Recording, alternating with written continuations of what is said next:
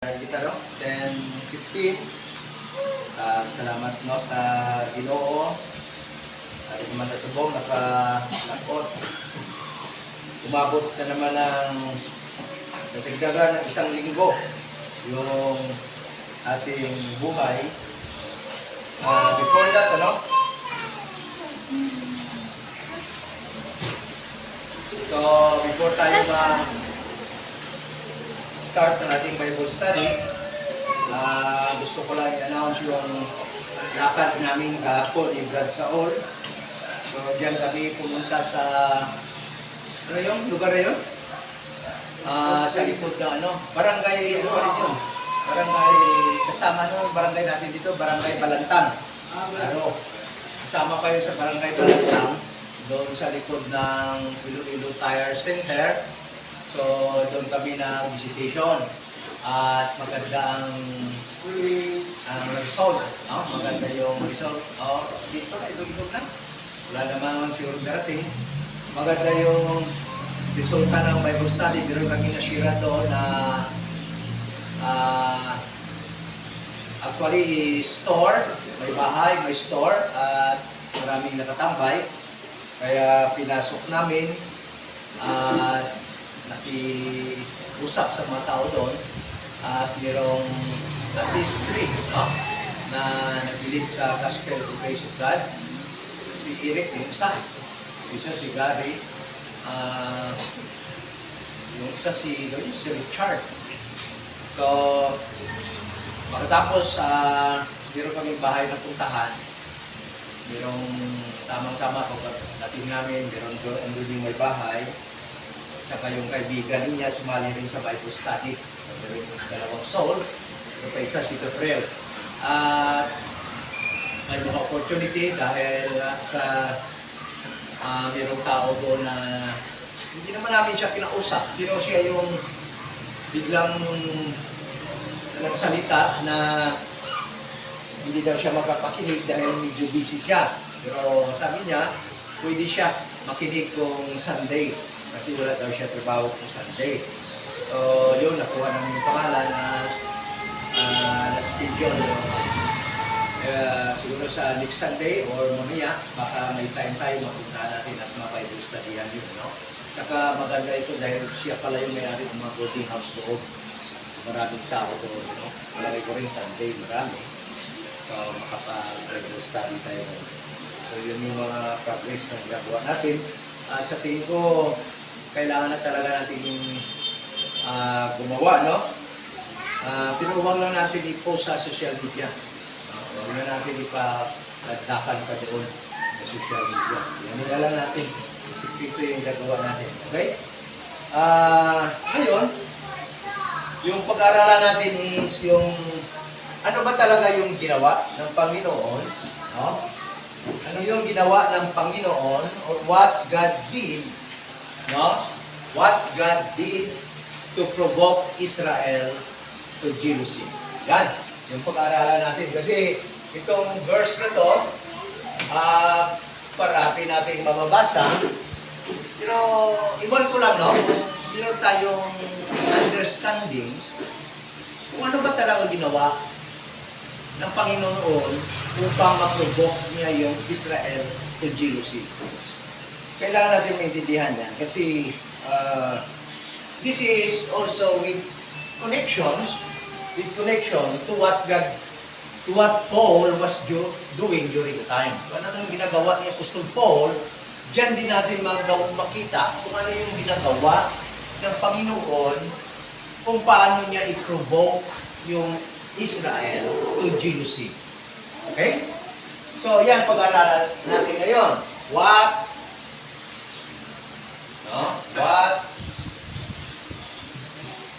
God did. What God did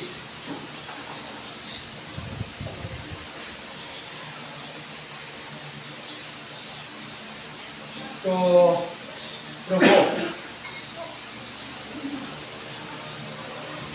Okay, correct na spelling. Sandali ha. Provoke Israel.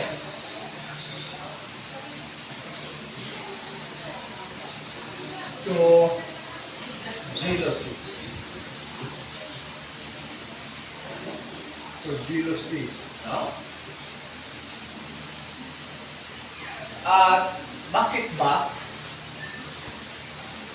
kailangan talaga ma-provoke ng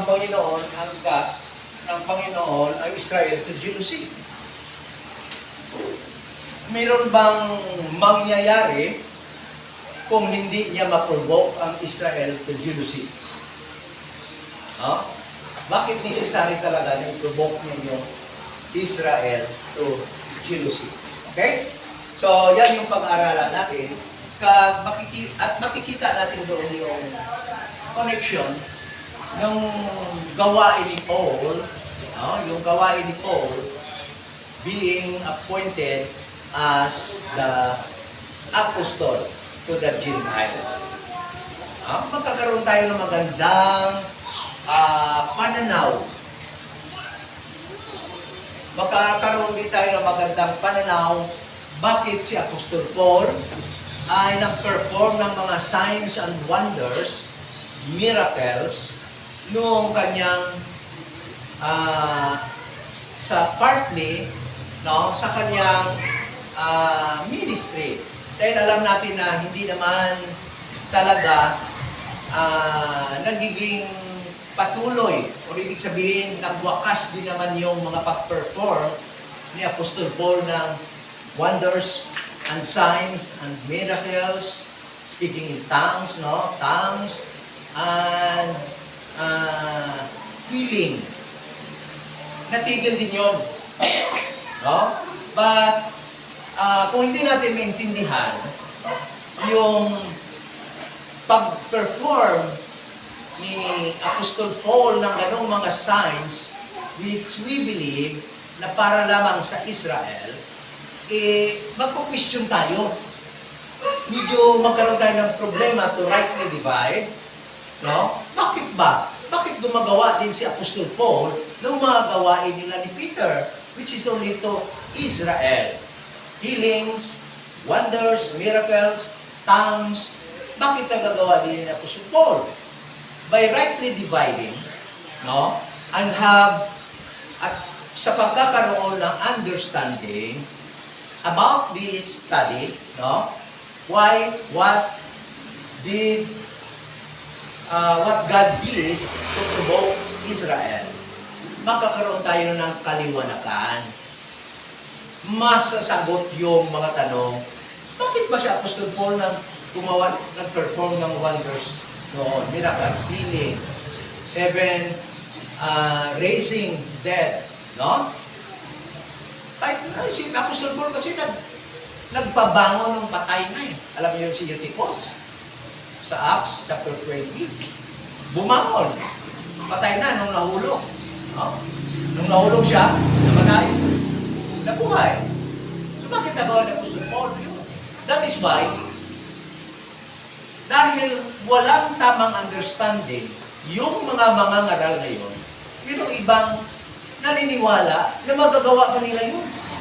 Na kaya pa nilang gawin yun.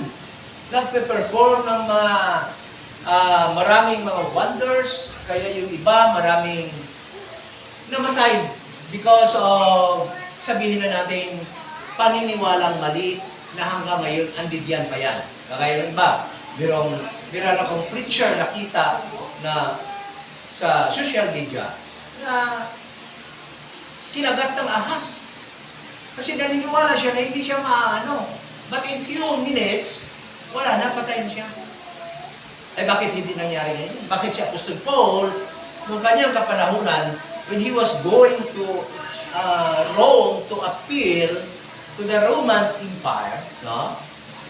To Caesar, on their way to Rome, actually, nung yung ship nila na nagkaroon ng problema, nalunod, no? Nagka-problema sa dagat, at bumaba sila doon sa Acts chapter 28 sa isang lugar ng mga barbaric man, no? Sa isang lugar na yung nakatira doon, dinescribe ni Apostol Paul or they look as barbaros. Ikinagat si Apostol Paul doon ng ahas. no, viper. Isang makamandag na ahas. Pero hindi siya namatay. Eh bakit? Bakit umubra sa kanya yung sabi ni Kristo na kahit na kabati kayo ng ahas, hindi kayo mamatay. Kahit magkainom kayo ng poison, hindi kayo mamatay. Ha? Bakit sa kanya nagiging totoo pa yun? Bakit hindi na maging totoo ngayon? So magkakaroon tayo ng understanding. At related yan, yung mga pag-perform niya, because of what God was doing during the time is to provoke Israel to jealousy. Okay? At before that, no, let us first pray. Okay? Let us bow our heads. Amay, nabalaan, salamat sa silingin gayon sa liwat that we can have a fellowship, we can have Bible study to dig deeper sa iyong mga salita so that we can have understanding kung ano yung mga ginawa mo nung panahon na Apostol Paul, nung panahon na pinuprovoke mo yung Israel na magiging jealous sa iyo. No? At sa ngayon, sa aming pag-aral, pinagdasal din namin yung mga kapatid na binawala, kung anumang mga dahilan. Wala sila, we are praying, Lord, na yun ay ma-address at sa mga darating naming pag-aaral, maging kasama. We are praying sa mga ginagawa din namin mga Bible study. Please, Lord, nag-iusap kami, nagre-request kami, pwede lang lead us sa mga taong may naghahanap, nagsisik ng fruit at madala namin doon yung katotohanan, yung kaligtasan. Upang hindi na mag-waste pa ang aming mga time sa pagpunta sa mga tao na mag-reject din lang ng iyong mga salita. We pray. Sana i-bless mo yung pag-aaral namin ngayon. Kahit na yung mga kapatid namin watching online, nag-join sa amin online, we are praying. Bigyan mo kami ng maganda understanding sa iyong mga salita sa umaga nito. We pray in Jesus' name. Amen. So, para maintindihan natin, no, let us first look into the meaning of jealousy. Ano ba yung ibig sabihin ng jealousy? No? Sa dictionary, and at the same time, let us consider also kung anong meaning ng word na jealousy sa Bible. Okay? So, sa Cambridge, according to Cambridge, no? Cambridge, tama yun? Dictionary, yung salitang jealousy means a feeling of unhappiness and anger because someone has something or someone that is yours dapat or that you want. Okay? Kuha natin. Ibig sabihin ng Cambridge, ganito, yung meaning ng jealousy ay yung feeling, yung damdamin ng hindi pagkamasaya or discontentment or damdamin hindi maligaya, kung sa Tagalog pa, no? Damdaming galit, anger. Dahil yung isang bagay na dapat sa'yo, no, ay ando doon binigay sa iba. Kuha natin. Ilonggoy natin.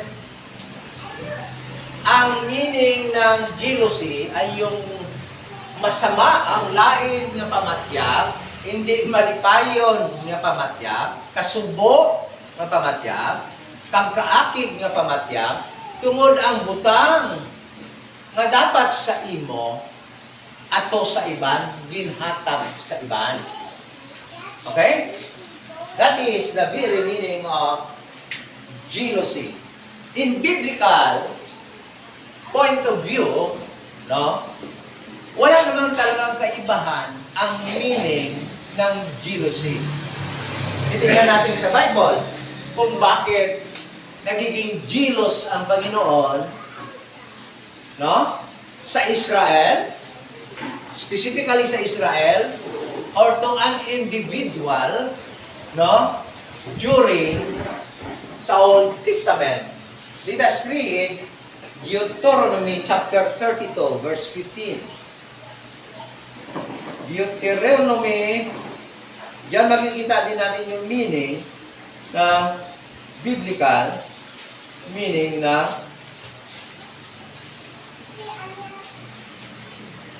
jealousy. Tingnan natin.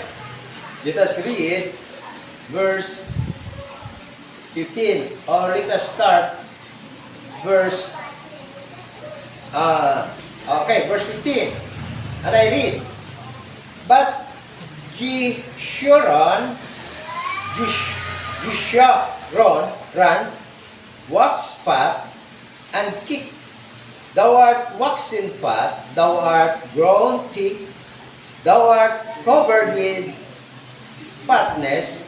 Then he forsook God, which made him, and lightly esteemed the rock of his salvation. Okay? So, verse 16. They provoke him to jealousy with strange what? Gods, with abominations. Provoke they him to anger. Why? Listen to this. Verse 17. They sacrifice unto devils, not to God. To gods, small letter G, to gods whom they knew not, to new, sa mga bako, to new gods that came newly up, whom your fathers feared not. Of the rock that begat thee, thou art unmindful, and hast forgotten of that Lord. So, ano yung maintindihan nyo kung bakit naging jealous ang God dito? With, who was that person? Jeshurun. Because the sacrifice that is due to God, no? Deuteronomy chapter 32 verse 15 to 18. Because the sacrifice na dapat sa Panginoon, kanino ibinigay? Ha? Sa Diyos. Okay? The worship that was due to God, the rock of their salvation, was given to other gods. That was the very reason why God was jealous during the time.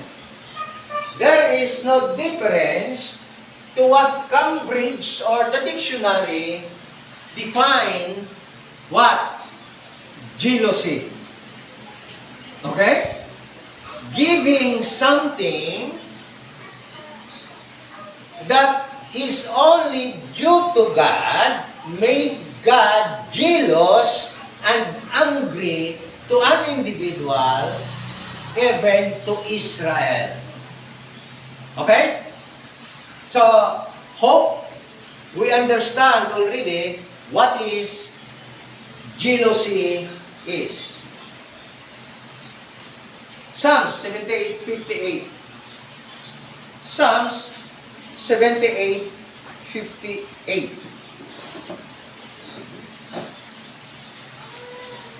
In this verse, makikita natin yung reason why God was jealous to Israel. 78 verse 58. The Bible says, for they provoke him to anger with their high places and move him to jealousy with their graven images. Again, the reason why God was jealous, because the worship that was due to Him was given by Israel to their graven images, to their false gods, yung mga ginawa nilang Diyos-Diyos, yun ang binigyan nila kung ano yung dapat ibigay nila sa kanilang Panginoon. I hope that I already established from these two verses the reason why or the definition of jealousy. Okay? Listen to this. Do you think God has the reason to be jealous to Israel and to anybody? Palagay nyo kaya? Yes. Why? Because Israel was in a relationship with their Maker. Listen to this. Listen to this. Israel was married to God. Isaiah 54, verse 5. Isaiah 54, verse 5.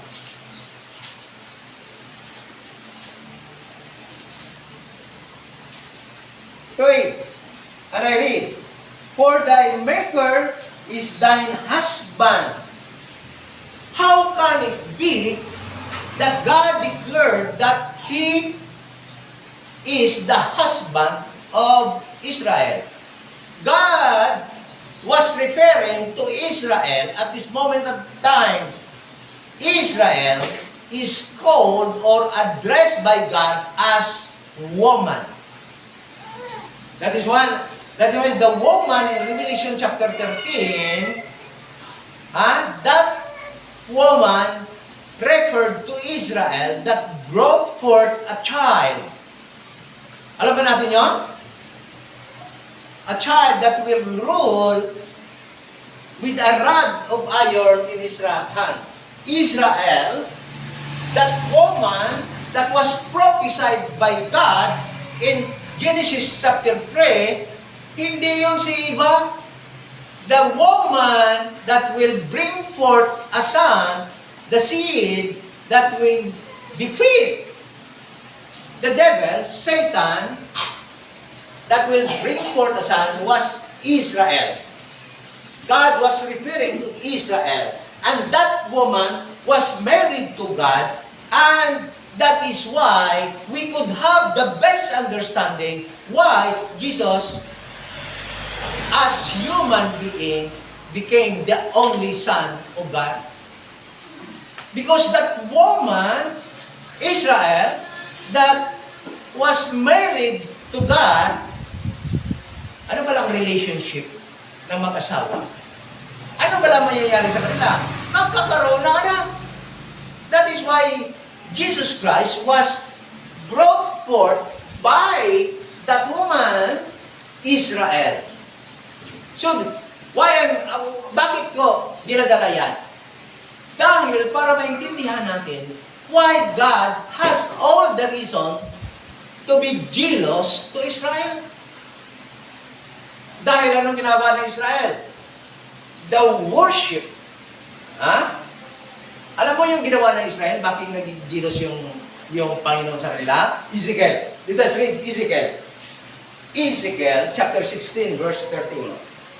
Ezekiel 13, 38. Ezekiel 13, 16,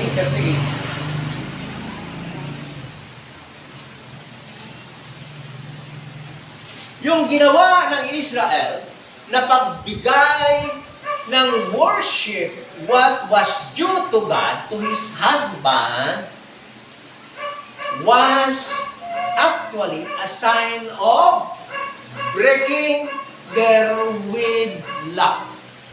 When you are married to somebody, you are wedlock. W-E-E-D-L-O-C-K. Wedlock. Tama ba yung pag-pronounce ko? Correct na lang. Ha? W-E-D. Yes. W-E-E-D. Oh, pakibasa. And I will judge thee as a woman of great wedlock, and shed blood or judge, and I will give thee blood in fury and jealousy. Kita nyo?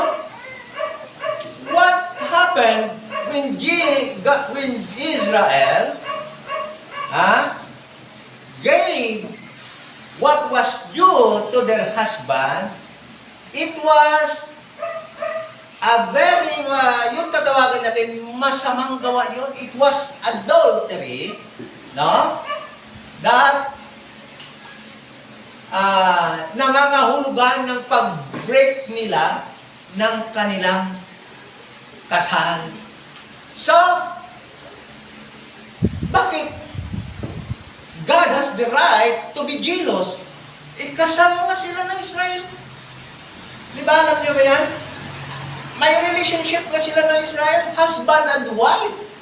Alam mo, kung ikaw magiging jealous sa iba, na hindi mo naman kaano-ano, walang basihan yung pagiging siloso mo.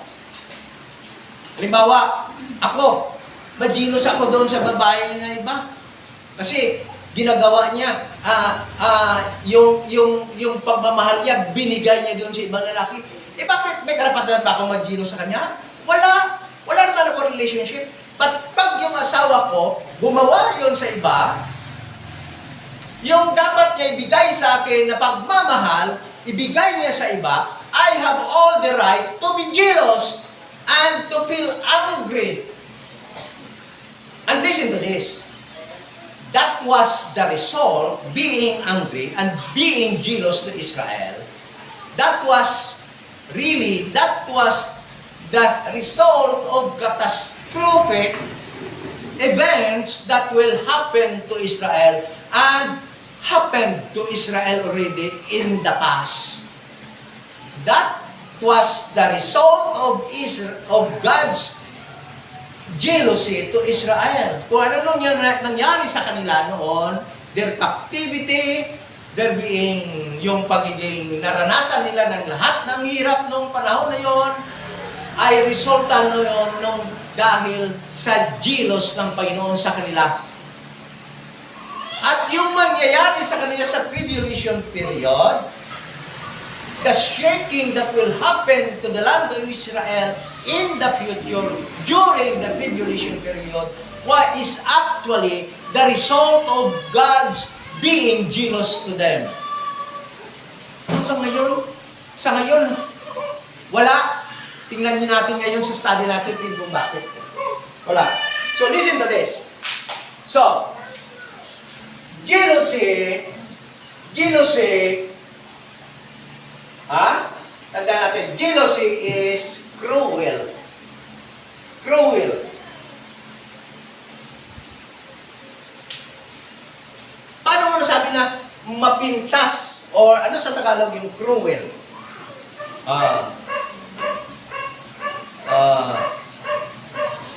Hirap ng, yung mga nanonood yan sa, na online. Ano ba yung sa Tagalog yung cruel? Malupit. Malupit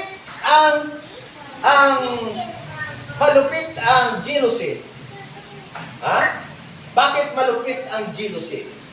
So, alam niyo ba na sinabi sa Bible na malupit yung jealousy? Tingnan mo sa Songs of Solomon. Songs of Solomon.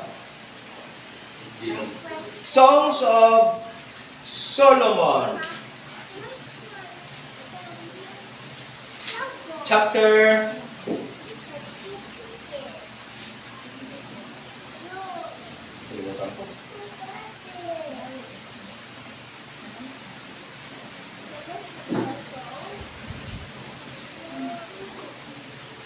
8 verse 6.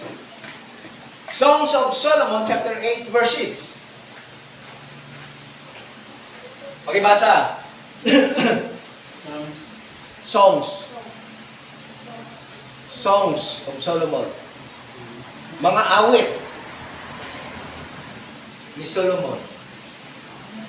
Okay? Set me as a seal upon thine heart, and seal upon thine arms. For the love is strong as death, jealousy is cruel as grave, and the foes thereof are full of Jealousy fire. is cruel. There are people who will kill someone because of jealousy. Very cruel.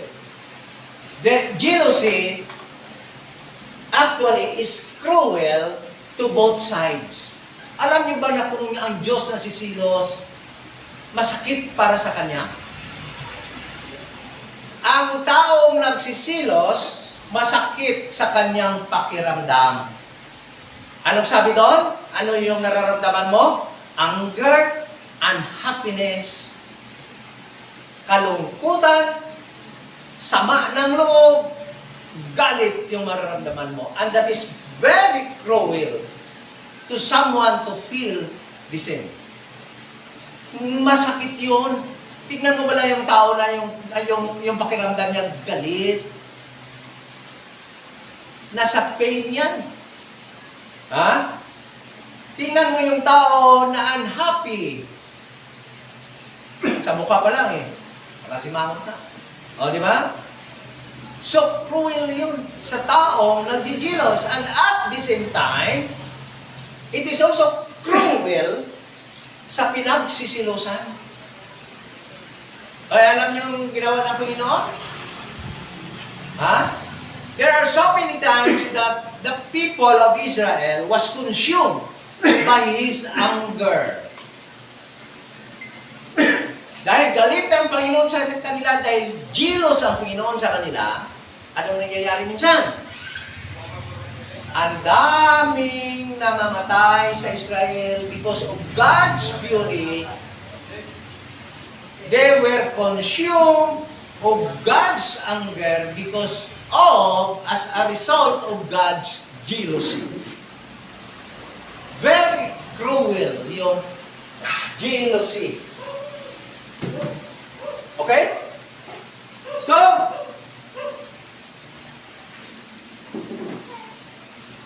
yung titingnan, I hope na-establish ko na yung lahat na dapat ko ma-establish para maintindihan nyo yung mga bagay, ano yung mga bagay na ginawa ng Panginoon para ma-provoke ang Israel at bakit talaga kailangan i-provoke niya yung Israel. Okay? So,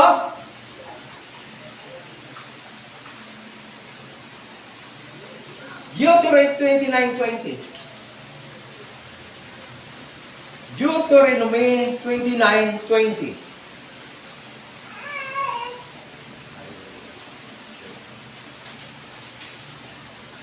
Ano sabi diyan? The Lord will not spare him, but then the anger of the Lord and His jealousy shall smoke against that man, and all the curses that are written in this book shall lie upon him, and the Lord shall blot out his name from under heaven. How cruel is jealousy. Lahat ng curses na nakasulat sa Bible, gagawin ng Panginoon doon sa taong na-provoke sa kanya ng jealousy dahil binigay niya sa iba yung worship, yung sacrifices, nung sa Old Testament, yung mag-sacrifice ng mga animal, instead of giving unto the Lord, binibigay nila sa iba-ibang mga Panginoon. So, as a result of jealousy, God nagiging cruel sa kanila. Ha? Cruel ba yung Panginoon? Dahil sinabi niya yon, lahat ng curses na nasulat dito ay magiging kanya. No. It was the person's making kung bakit niya naging kanya lahat ng curses na nakasulat. Okay? So, the reason, bibigyan ko yun. The first answer that should be answered this morning is this. Bakit kailangan talaga ng God ma-provoke? Bakit hindi na lang niya kalimutan? Ha? Bakit kailangan talaga ma-provoke ng Panginoon, ng God, ang Israel to jealousy? The reason is this. Deuteronomy 32:21. Sabi ng Panginoon, sabi ng Bible, 32:21.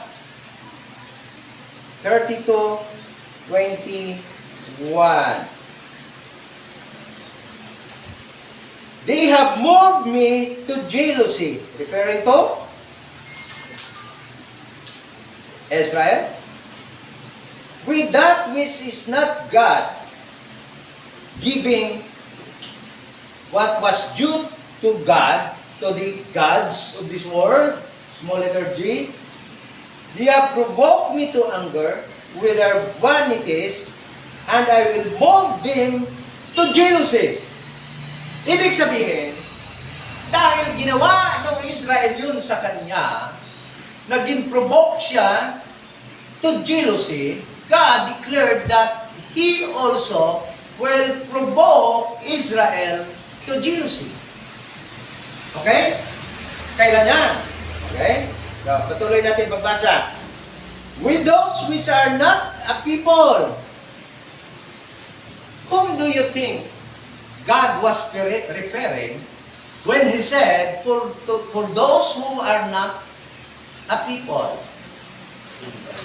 Gentiles. Very good. He was referring, God was saying that I will provoke Israel through the nation, through the Gentile nation. Okay? I will provoke them to anger with a foolish what? With a foolish nation. Listen to these Gentiles. In time past, we Gentiles, kung saan ka mang nation nakatira, tinawag tayo ng Panginoon, foolish nation, buang-buang ng mga nasyon. Ha? Mag-aral kasi tayo ng Bible, tingnan natin eh. Listen to this. All the good, yung lahat na mababasa natin sa Old Testament na maganda, alam niyo bang nagre-refer ng lahat yun sa Israel? Pag sa Old Testament, pag Gentiles yun, ano yung sabi dito? Tao, na hindi mga tao, foolish people, foolish nation, that are not a people, tao na hindi tao. Tingnan mo na yung how God addressed us, Gentiles, in the past. But still, those people, even Baptists, mostly Baptists and all denominations of today, claiming those good words in time past, in the Old Testament, and applied to them. But, listen to this. Pag ang Ginoo mag-address sa iyo, sa Old Testament, sa Gentiles, tao na hindi tao, people that are not people, ha? Ano pa yan? Ano pa yan sabi doon? They are not a foolish nation, meaning foolish people.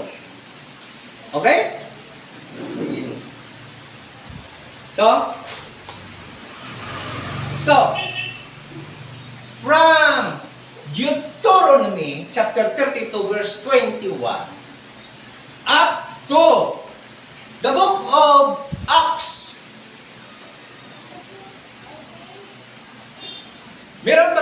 nakitang God, in-provoke na ng Panginoon yung Israel? Wala. Kailan natin makikita yon? Okay. Read Romans chapter 10, verse 19.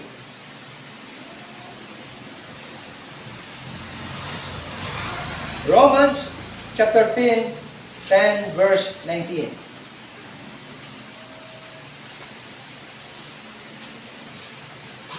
Okay? Alam nyo, kaganda ng Bible. Verse 19. But I say, did not Israel know? Maganda na tanong ito, no? Did not Israel know? First Moses said, I will provoke you to jealousy by them that are no people and by a foolish nation. Ano yun? Paul was quoting what? Deuteronomy 32:21. So that verse, Deuteronomy chapter 32 verse 21, happened only when, what? When, listen to this, Romans 11:11. Romans 11:11, sabi dito, say then, have they stumbled that they should fall? God forbid, but rather, through their fall, salvation is what? Come unto the Gentiles for to provoke Israel. To provoke them to jealousy. Israel to jealousy. That was the very time Deuteronomy 32:21 happened to Israel. When that was happened? During their fall. In chapter Acts 7, that was the time that God provoked Israel to jealousy. For a long period of time, no? The prophecy that God mentioned in Deuteronomy chapter 32 verse 21 happened to Israel for a long period of time. That is why talagang dapat or talagang mangyayari yun sa Israel dahil na-prophesy sa Old Testament, or else God will become a liar if this provocation to Israel will not happen. Then, another question. Who was the person God used, past tense, used to provoke Israel? Sasabihin ko sa inyo, never na ginawa yan ni Jesus Christ. Never naging provoke ni Jesus Christ in His earthly ministry ang Israel.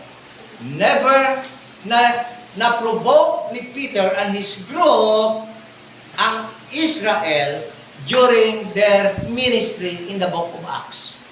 Never. Why? As studied a while ago, a person can only be provoked if you give something due to them to others. O natin? Bakit hindi pwede na sa ministry ni Christ na provoke ang Israel? Bakit hindi pwede sa ministry ni Peter na provoke ang Israel? Dahil sa ministry ni Christ at ni Peter at ng mga apostles, yung binibigay nila yung dapat na para sa Israel, binibigay nila sa Israel. Paano? But sa ministry ni Paul, yung dapat sa Israel, binibigay ni Paul sa nation, sa foolish nation, that was mentioned in Deuteronomy chapter 32 verse 21, binigay ni Paul sa ang mga bagay na para sa Israel sa tao na tinawag doon sa Deuteronomy chapter 32 verse 21 na hindi tao, that are not people. That was the time God provoked Israel. So, what God did actually to provoke Israel? God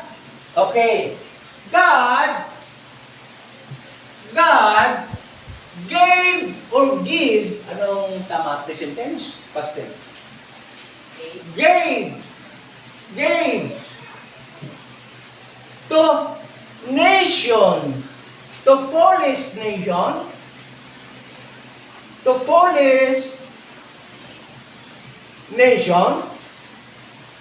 tingnan mo ha, foolish nations, gave to people that are not people,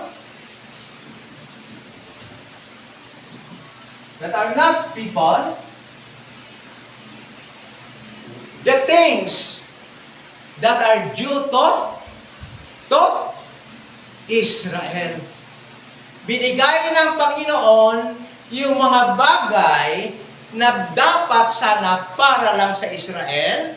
Binigay ng Panginoon sa foolish nation, sa mga Gentiles. Binigay ng Panginoon sa mga taong tinawag niya hindi tao sa Old Testament at tinawag niyang dogs sa Gospel of Matthew. Doon niya binigay.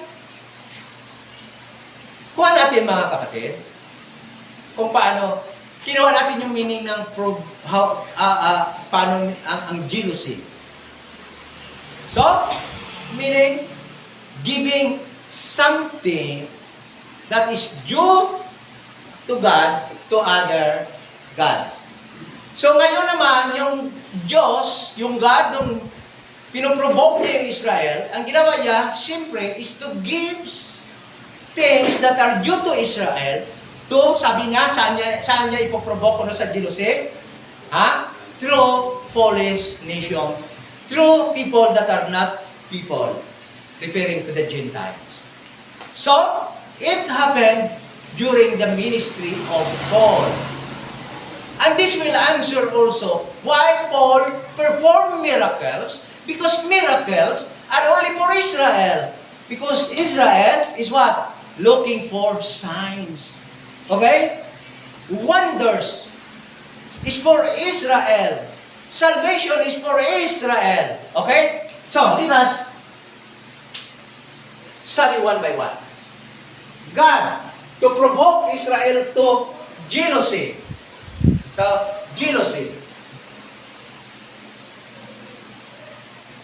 So, God gave to foolish nation, to people that are not people, the things due to Israel. The things He promised to give to Israel. That is why, yung mga taong nag-study, gumawa ng replacement theology. Kaya tingnan mo, ginawa naman sa Israel ito. Nag-baptize din naman ng tubig. Gumawa din naman si Paul ng ginagawa ni Peter. But they do not know that this only happened in part of Paul's ministry because during the time, God was provoking Israel to jealousy. But after that, it ceased. Pagkatapos, ma-provoke na ng God ang Israel to jealousy, it ceased. Tumigil yon. Hindi na magawa ni Paul yung mga bagay na yon. And mapag-aralan natin yan ngayon. So, please, bear with me. Medyo matagal-tagal lang. Okay? So, binigay ng Panginoon sa foolish nation. What are those things that made Israel jealous to God? Because God gave to foolish nation, to people that are not people, the things that are due to them. Number one.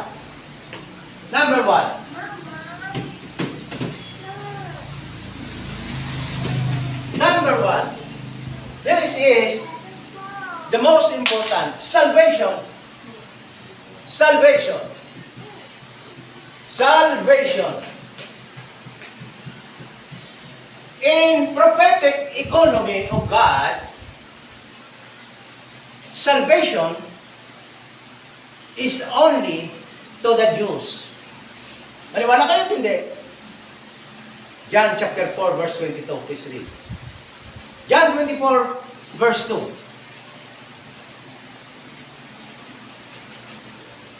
We worship, you know not, for salvation is to the Jews. Okay. Okay, listen to this. When Paul preaches to the Gentiles salvation, Gentiles now can also obtain salvation apart from Israel. What do you think Israel felt? Ano yung ano yung tawag sa Tagalog? Naramdaman ng Israel? Jealousy. Why? Because they believe that salvation is only to them. Naniniwala sila na marumi yung mga Gentiles, walang kaligtasan yung mga Gentiles apart from Israel during the time. Na walang kaligtasan yung mga Gentiles kung hindi magpailalim sa Israel. Okay? So, what Israel felt during the time? When they heard Paul, Gentiles, you can now obtain salvation apart from Israel. Ephesians chapter 3 verse 6. Ephesians chapter 3 verse 6. Please read. Ephesians chapter 3 verse 6. That the Gentiles should be fellow heirs and of the same body and partakers of His promise in Christ by the gospel. Kita mo? That the Gentiles is now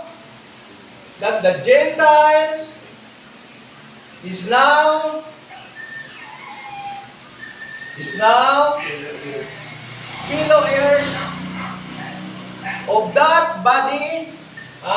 This is the body, this is the BOC, the body of Christ, that the Gentiles now can be part of salvation of that one body. Jews can be saved, can be part of this body. Jews and Gentiles can be part of this body, can now have salvation apart from the economy of the Jews. Okay?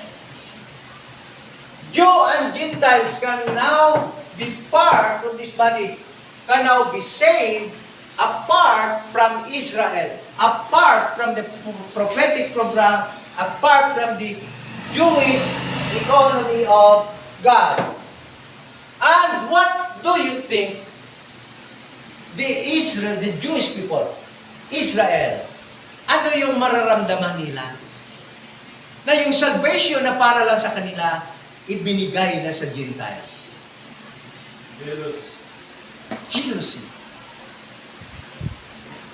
Jealousy. Kaya nga galit sila, kaya nga kini-question nila si Paul during his apostolic trip, no? To Asia, to those churches, he actually create, no? Corinthians, yung pag-ikot niya dyan sa mga churches na yan, sa kanya apostolic trip, medyo asar sila kay Paul. Tanong niyo, si Paul, ano bang ginagawa niya? Bakit pati ng mga Gentiles? Kaya napag-initan si Paul because of their jealousy. Jealousy is cruel. Anong ginawa nila kay Paul? Binubugbog nila si Paul. Pag pumupunta, there was a time na si Paul na sa synagogue doon sa Antioch, binugbog nila, sasaktan nila si Paul. Buti na lang at na proteksyonan si Paul dahil proteksyonan siya ng Panginoon. Because of their jealousy. Because they cannot believe that the Gentiles is now a part of God's salvation. Apart from them. Hindi nila matanggap na pantay na lamang ang Jew at Gentile sa ganitong panahon.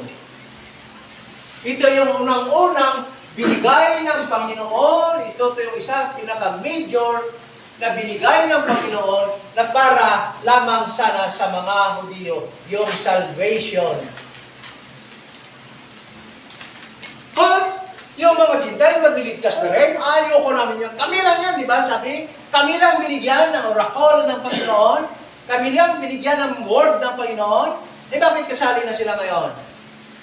Because that was their belief for a long period of time during God's economy to the Jewish people in time past. Gentiles, actually, were not a nation. We're not people. Dogs in the sight of God. Filthy in the sight of God. Okay?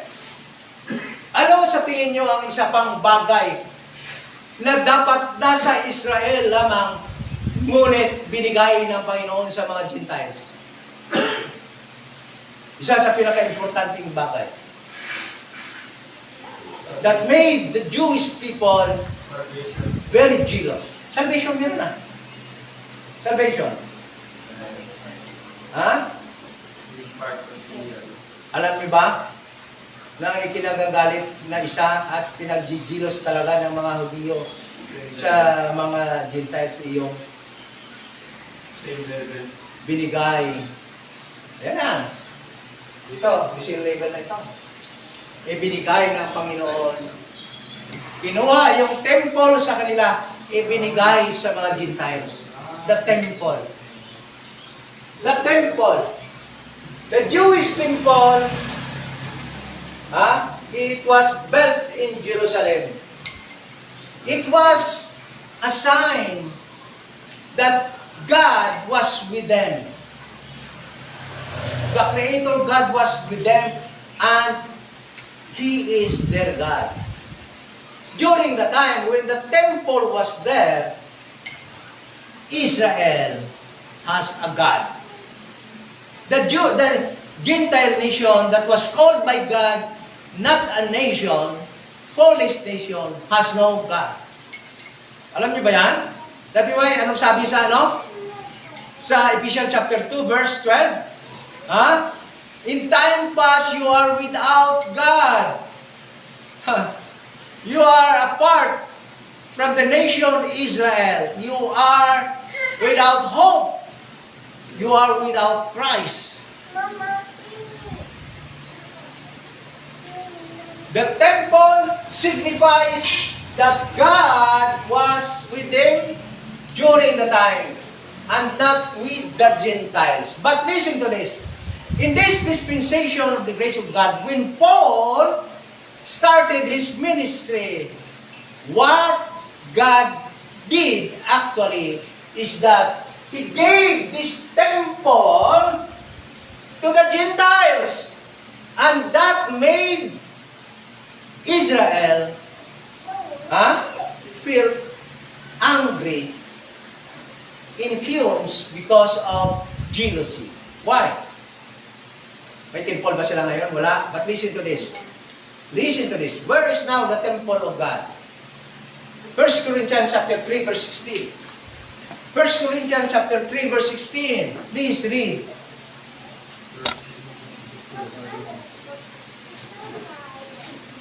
Know ye not that ye are the temple of God, and the Spirit of God dwelleth in you? In time past, the Spirit of God will go down from heaven and dwelt in the temple, and it is evidenced by fire and clouds that envelop the temple. The inner part of the temple, the holiest part of the temple. But at this moment of time, God destroyed the temple in Israel, and what?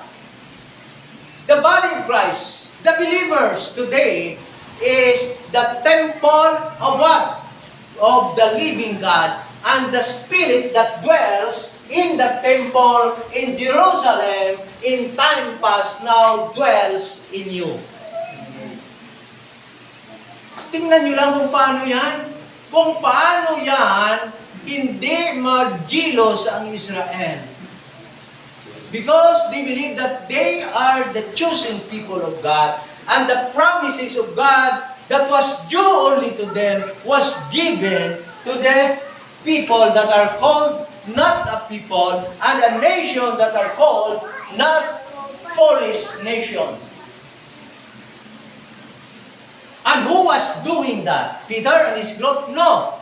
Because Christ? No. Because in their ministry, they are all, Christ and Peter and his group was giving to Israel what was due to them. Lahat ng promise ng Panginoon sa kanila, binibigay ni Kristo sa kanila during His earthly ministry, kino-confirm ni Jesus Christ sa kanila, so with Peter and his group. But in time of Paul, what happened? No! Kung gusto nyo maligtas, join na kayo dito sa mga Gentiles. Bumaba kayo dyan sa paniniwala nyo, nasa taas kayo, Diyos, Israel. Bumaba kayo sa paniniwala nyo na kayo ay pinili pa rin ng Panginoon. Bumaba kayo dito sa level ng mga Gentiles dahil you are declared by God as sinner together with these people. So that God can give or can save you through His mercy together with His Gentiles people. Alam niyo ba yun? Kaya hindi na pwede magmalaki ngayon Israel. We are chosen people of God. No! You are no longer in this dispensation of the grace of God. You have to live, you have to relinquish those beliefs that you are still a chosen people, that the Gentiles should come up to you in order for them to be saved. No! God reversed that situation. You, at the top, should go down to the Gentiles to have the mercy of God, so that you can have the grace of God and will be saved and will be baptized into this body, the church, the body of Christ. Okay? So, there is a temple in Jerusalem right now. The temple of God is in you. We are the temple of God. At, ikaw ba naman? Lord, kinuha mo dito sa amin, binigay mo doon. That is why they were provoked into jealousy in the early ministry of Apostle Paul until it ceased. Titingnan natin sa Bible ngayon, mamaya kung kailan niya natigil. What more? What more? Healing. Healing.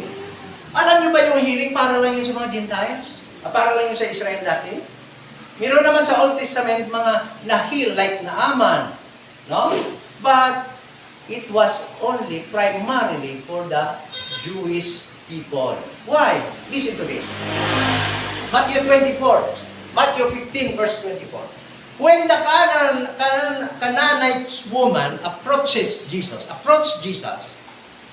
what was his plea? Ano yung pangabay niya? Ano yung hinihingi niya kay Jesus Christ? To heal his daughter. Okay? Para pagalingin ang kanyang anak na may issue sa blood. Tama ba ako? Issue sa blood. Okay? But listen to this. What Jesus Christ said will actually amaze us. Matthew 15 24. Matthew 15, 24. Sabi dito, but he answered and said, I am not sent. The woman was begging Jesus Christ to heal his daughter, her daughter. Okay? But the answer of Jesus Christ in verse 24, but he answered and said, I am not sent, but unto the lost sheep of the house of Israel. But the woman during the time was persistent. The woman will not receive an answer of no. The woman will not receive a no answer during the time. That is why he persisted and said, then came she and worshipped him, saying, Lord, help me. Nung una sa mga apostol pa lang, no? Nagpipli siya. Ay katagalan, lumapit na talaga Jesus, Lord, help me. Okay? But listen to this. What was Christ's answer? But he answered and said, it is not meet to the children to take the children's bread and to cast it to the dogs. Ano ba yung hinihiling ng woman? Healing. Mahil ang kanyang anak na babae. Meaning, ang healing that was being performed by prophets and by Jesus in his time was only for Israel. Intended for Israel. The signs and wonders that was visible during the prophet's time, Christ's time, Apostle Peter and his group's time, was only intended for the Jewish people. Why? Because the Jews look it after what? After sign.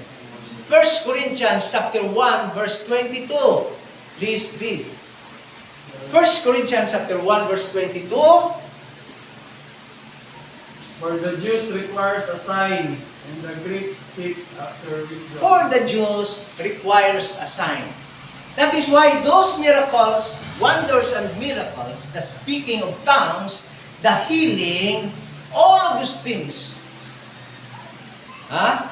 were allowed by God to happen to convince the Jews that indeed Christ was the Son of God and Peter and his group was the people sent by God as their apostles to proclaim their Messiah in their midst. Kuha ba natin yan? No? Okay? But these signs, wonders, and healings was only performed by Paul to the Gentiles, in the presence of the Gentiles, and even to the Gentiles. Why?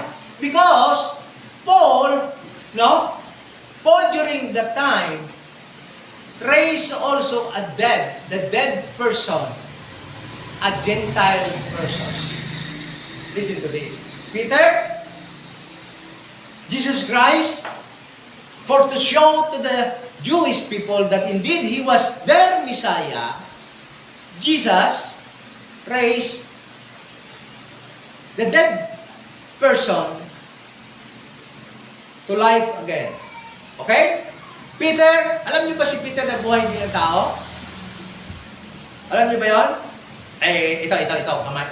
Kunting tanong lang. Parang a sort of tawag nito, knowing if you actually read your Bible. Sino yung binuhay na babae ni Peter?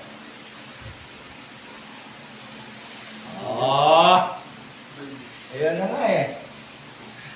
Kasi pag-aralan nyo kasi yung Bible. Sino yon? Ha? Sino yon? Ayokong magpatuloy kung hindi nyo alam. Bigyan nyo ng time yung Tabitha. Yun, tama. Thank you, Google. Si Dorcas, her other name is Tabitha. Okay? Saan niya makita? Acts chapter 9, verse 40. Sino yung binuhay ni Saul, ni Paul? Acts 9. Oh, Acts 9 yun. Hindi, Acts 9 yung kay Tabitha. Yung binuhay ni Peter. Sa Acts 9 yun. Di ba? Acts 9. Saan ba? Saan ba niyan sa'yo? Yung binuhay naman ni Paul, saan yun? Acts 20, sino yon? Sino yung pangalan? Sino yung nahulog? While Paul was preaching until midnight. Sino yon? Ha? Andar utok? Andar utok? Sino yon? Ha? Theotikos. Alam niyo si Julie, wala pang tulong yan. Pero nakaka-answer pa. Kasi hinanap sa cellphone. Theotikos. Nung nagsasalita si Paul hanggang tingnan nila. Kaya yung tao ngayon, sandali lang makinig sa salita ng Panginoon, makakatulog na. Pero yung panahon na yon, may katwiran naman siyang mahulog, nakatulog siya kasi hanggang umaga, hanggang midnight, nagsasalita pa rin si Paul. At nakikinig sila. Siya siguro walang kain-kain yun, ano? Sa tagal ng pakikinig niya, nakatulog na hulog, namatay. Ang ginawa ni Paul, bumaba siya at inanuhan niya ng sarili niya, nabuhay. Oh. Bakit nagawa yan ni Paul? Bakit nagawa yan ni Paul yung panahon na yan? Na dapat sana, para sabi ni Jesus Christ, yung mga healing na yan, yung mga wonders na yan, is only to the Jews, for they are sick, for they seek a sign. What the Greeks actually are looking for are the what? Wisdom. But why Paul did that? Perform that wonders during his time? To provoke the Jewish people to jealousy, giving to the Gentiles the things that are due to them. That why no wonder, kasi bakit nagtatanong, bakit si Paul gumawa ng gano'n? Isa lang kasi yung nila, programa nila, prophetic lang lahat. Yung tinuturo ni Peter. No! Paul was called to preach the dispensation of the grace of God. But the very reason why Paul was doing those things, doing those things that are only for the Jewish people, because at the time, anong sabi ni isang God, I will provoke you to jealousy through the people that are not people, through the nations that are foolish. And that was the very time in Paul's ministry that God did that provoking of the Jewish people. Not in Peter's and his group ministry, not during Christ's ministry. Tingnan nyo, kailan ba nangyari itong mga dapat lamang sa Israel inapunta sa Gentiles? Sa time ni Paul. Okay? Oh, anong sunod? Temple, healing. Okay. Now, ito, malaking issue ito ngayon. Baptism. Water baptism. Water. Lagyan natin talaga ng water. Kasi, baka sabihin ng iba, spirit na naman. Naniniwala din daw sila sa spirit. Pero, some people will say, I do believe in baptism of the Holy Spirit. But, still will, what? Baptize with water and will support their false teaching, their false evil practice by saying it is only a like figure. Saan yun? The reason why Paul water baptized during the time, because what? For to provoke Israel to jealousy. Why? Baptism, water baptism is only to Israel. But Paul in his earthly ministry was allowed by God to perform water baptism because the people of Israel will see and will notice, why are you baptizing people by water, which is only to us, which is only for us, Jewish people? Ha? Bakit ibinigay mo yan sa kanila? Bakit? Pareho lang naman ang ginagawa mo sa kanila. Ligtas na rin sila. Ang timpol na sa kanila na, sa sarili nila. Ang healing, hihiling na rin sila. Eh bakit yung water baptism? Nag-water baptize din sila for a short period of time. Because during the time, God was provoking Israel to jealousy. That was the very reason. John the Baptist baptizes Jewish people by water to repentance. Peter did it. Jesus Christ also commanded his apostles to do it. Peter did it. Paul did it. Why? Why he did it to the Gentiles, like yung mga sinabi niya dun sa 1 Corinthians chapter 1, na binaptize niya ang family ni sino yun? Free sila. Because during the time, God was doing or giving the things that are only due to the Jewish people for them to be provoked.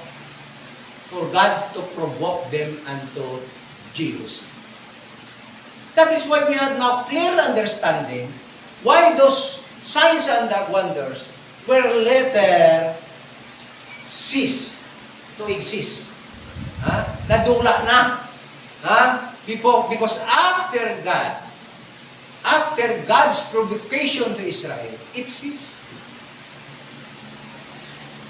Now, titingnan natin kung kailan yan. Mamaya, tingnan natin yan kung sa kailan nag-cease. Na tumigil. Okay? Sa baptism, ang issue ng baptism, ang dami pa rin ang babaptize ngayon. Kahit na hindi na lahat ito, mga signs and wonders, wala na dapat, no? Kasi tapos na, i-provoke. Yung mga healing na yan, wala na. Diba? Ano ba? Miracles. Alam niyo ba na si Paul na priso? Miraculously, ano nangyari? Nakalabas sa prisuhan. Kagaya ni Paul, kagaya ni Peter. Peter also was imprisoned, but he was miraculously released from prison. Paul likewise. Okay? Paul was beaten by a viper on his way to Rome. Ang ganda. Paul nagpagaling din ng mga may sakit. Peter nagpagaling ng mga may sakit. Yung may leprosy, yung mga lupog, pinatayo ni Peter. Gumaling. Huwag na lang tayo kay Jesus Christ. Example lang na lang si Paul, si Peter, no? Si Peter, in Acts, actually si Paul,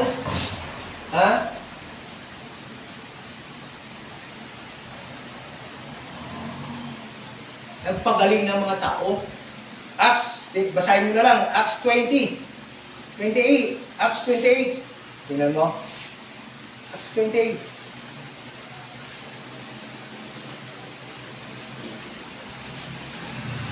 Sabi dito, and it came to pass that the father of Publius lay sick of a fever and of a bloody flux, to whom Paul entered, Acts 28 verse 8, in and prayed and laid his hand on him and healed him. So when this was done, others also which had disease in the island came and were healed. Tingnan mo lang, by laying hands, gumaling sila. Peter also, nagpagaling. Okay? No? So, miracles, healing, raising of the dead, signs, salvation, temple, baptism, were things due only to the Jewish people. But in Paul's ministry, he gave that to the Gentiles for to provoke them to jealousy. Okay? So,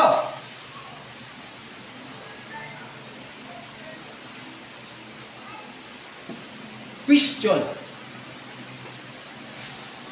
Is God now still provoking Israel to jealousy?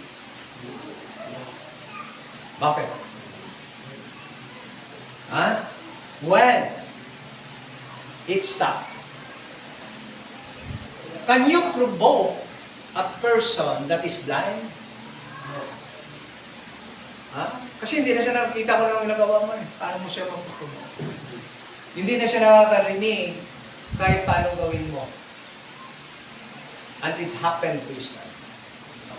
And that was the very time that all of these things were or come into stoppage. Ito yan yung panahon na yung provocation of God stop. When Israel can no longer see, when Israel can no longer hear. Okay? So, salvation, healing, water, baptism, alam mo yung nagpapatuloy na lang yun sa atin, yung salvation, patuloy, nagawa ng Panginoon, yung ano pa, yung, but the incorporate signs and wonders are no longer happening. Why? Listen to this. 1 Corinthians 13:8, verse 10.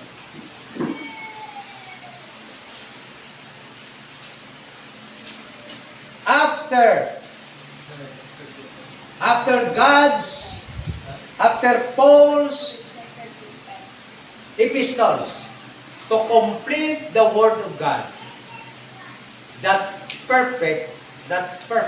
one that is perfect is already in the midst of us. 1 Corinthians 13, verse 8. Sabi dito, Global, charity never fails, but whether there be prophecies, they shall fail. Whether there be tongues, they shall cease. Whether there be knowledge, it shall vanish away. For we know in part, we prophesy in part. But when that which is perfect is come, then which is in part, those part of Paul's ministry, the provocation of Israel, the performing of miracles and signs, for to provoke to Israel during the time, will cease, will be done away. Pagdating na daw ng itong lahat na ito will be done away. Yung mga nalalaman natin in part, no? Sa prophetic program, sa prophecy, the things that was happening sa dispensation of grace in early part, that was incorporated by prophetic program during the time. Yung mga itong ginamin ko na naka-incorporate, yung mga healing, yung mga water baptism, yung mga miracles, will be done away. The provocation will cease or will stop. Why? When this prophecy will happen to Israel. Alam niyo bang prophecy na yon? Pag nangyari na sa Israel? Na, ano yung prophecy na yon? Ito yung prophecy na yon. Ito yung sinasabi nila na dito nag-umpisa daw ang body ni Christ, Acts 28. Pero, that is a wrong understanding. Listen to this. Acts 28, verse 25. Paul, when he was in Rome, in his lodging house, in his rented house, the Jewish people will keep on coming to him and would inquire to him regarding of his program that was teaching. Okay? That he teaching the people. Verse 25, and when they agreed not among themselves, they departed after that Paul had spoken one word. Ito, nag-depart na talaga sila kay Paul after na si Paul naghambal, nagsalita ng isang salita. Anong salita yon? Yon yung salita na prophesy in Isaiah. Ano yon? Well speak the Holy Ghost by Isaiah the prophet unto our fathers. Ano yon? Saying, go unto these people and say, hearing ye shall hear and shall not understand. And seeing ye shall not see and not perceive. For the heart of these people is waxed gross, and their ears are dull of hearing, and their eyes have the eyes, and hear with their ears, and understand with their heart, and should be converted, and I should heal them. I should heal them. Listen to this. Be it known therefore unto you that the salvation of God sent unto the Gentiles. Yung time na dumating na yung mga Jewish people, kahit anong pakinig, hindi na nakakaintindi. Yung time na yung Jewish people nakakakita, pero hindi na nakaka-perceive. Ano yung perceive? Yan yung time na tumigil na ang God sa provoke sa kanila. Why? Romans chapter 11, verse 25. Because the Jewish people, Israel, is already in blindness. Bulag na. There is no need for them to provoke anymore because they are already blind and cannot understand, cannot see. They cannot hear, but they cannot what? Understand. Kuha natin, bakit all these things happened in the early part of Paul's ministry? Performing miracles that are due only to the Jewish people. Miracles only for the Jewish people because they seek after sign. That is why if you do not understand why these things are happening in the ministry of Paul, in the dispensation of the grace of God, people may think that Paul and Peter was only doing the same. No. They are doing different things. Paul giving the things that are only Jews, due to the Jewish people, to the Gentiles. While Peter and his group giving the things that are Jew, that are really promised and due to the Jewish people. Kung hindi nga lalang, kaya nga marami sa mga tao hindi bakit may baptism pa noon si Peter? Katong si Paul. Kaya gusto nila i-continue ngayon kasi dispensation of the grace of God pa naman daw. Hindi nila alam na pinayagan ng Panginoon yun for to provoke Israel to jealousy. Wala, baptize pa rin kayo. Then, it will be supported by human reasoning. It is only a like figure.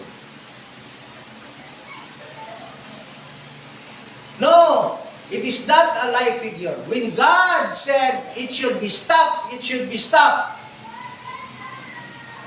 Kailan sinabi yun ng Panginoon? Kay Paul, after the Israel become blind and can no longer see and understand, after it was parallel, no? Or sabay no pagkakumpleto din ng canon ng Bible when Paul completed his 13 epistles, and when God revealed already the abundance of information to Paul about the mystery program. Those things ceased. And God put an end to this practice, including water baptism, healing, miracles. There is no more miracle today.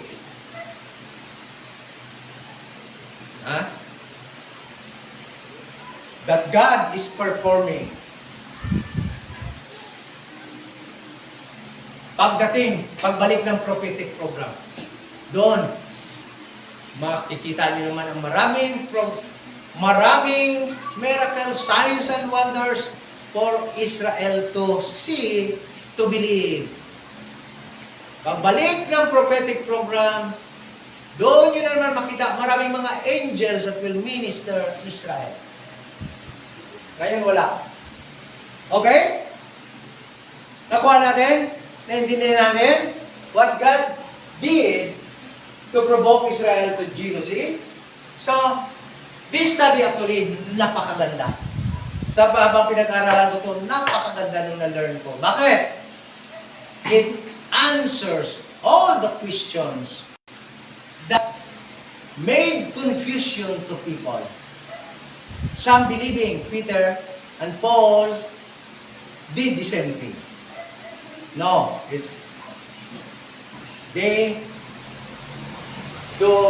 actually give different things to different group of people. Peter giving what was due to the Jewish people, Paul giving to the Gentiles what was due to the Jewish people. The reason? To provoke Israel to jealousy. Thank you so much. Any question? Wala kayo talagang tanong? Talaga, habang pinag-aralan ko ito, talaga ang ganda. Sana naintindihan, no? Lalo na yung mga viewers din natin doon sa Facebook. Sana na-answer yon mga question. Bakit may healing si Paul? Bakit may mga miracles na gawa si Paul? Bakit masyadong nagsilos yung mga Jewish people sa ministry ni Paul? Bakit gusto nilang patayin si Paul? Because of their jealousy. Because they saw that Paul's ministry includes the Gentiles, which they believe dapat sa kanila lang. Salvation, temple, baptism, healing, wonders, signs, tongues, sa kanila lang dapat yan. Ano sabi ni Gentiles? Yung sa Canaanite woman na humingi ng healing, hindi dapat pa ibigay ito sa dogs, para lang ito sa mga children. Meaning yung healing, signs and wonders, intended only for the Jewish people. So kung magtanong sila, bakit nabigay sa woman? Another study yun. Because the woman understand very well that in order to obtain that, he should have to put herself under the Jewish people. Okay? Thank you so much. Wala namang question. Alam nyo, Wala Christian, ako mag-Christian. Yuko na, pag sabi ko na ako mag-Christian, yuko ka ganulo. Okay, let's pray. Para magkaroon na mag-ano tayo ng kung meron namang Christian sa kapila natin. Amay Lord, salamat sa kaligtasan, salamat sa study, salamat sa iyong salita, salamat sa mga kapatid online. And we are praying, O God, Lord, sa salita ng aming nadinig, sana ay matanim sa aming mga puso, manatili yung pag-uunawa at magkaroon kami ng tamang understanding kung ano ba talaga mga nangyari sa time, sa early ministry ni Paul, na during that transition sa Book of Acts, minsan nagkapagbigay ng confusion at dahilan na yung iba ay nagkakaroon ng mga maling pagtuturo, lalo na sa water baptism, na hindi nabagad, hindi na dapat sa amin ngayon, ngunit marami pa rin na nagpa-practice. Thank you so much sa enlightenment from your words. We pray and thank all of this. Amen.